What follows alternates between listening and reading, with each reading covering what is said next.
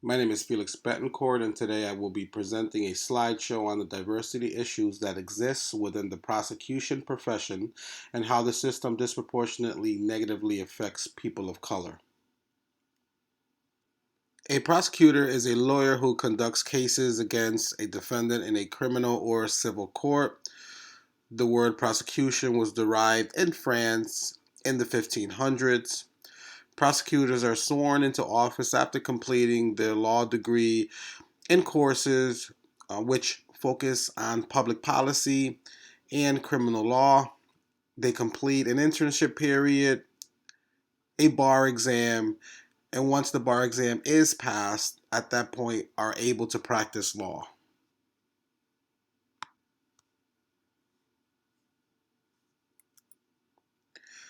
Let's look at the diversity issues which exist in our nation, a nation where 90% of all criminal cases are prosecuted.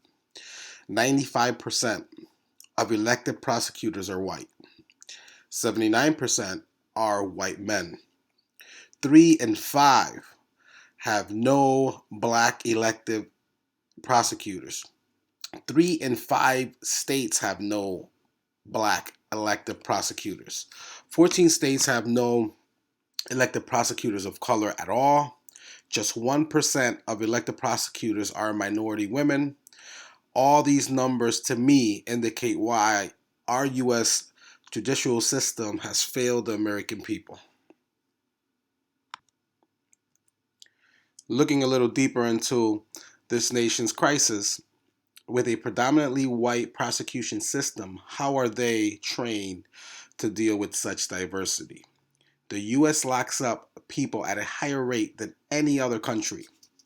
If we look at these stats and put them into perspective, if African Americans and Hispanics were incarcerated at the same rate as whites, the incarceration numbers in the U.S. would drop by 50%.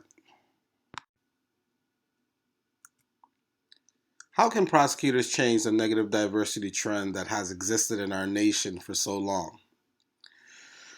By taking a proactive approach and interdisciplinary approach, not reactive approach. What does this mean?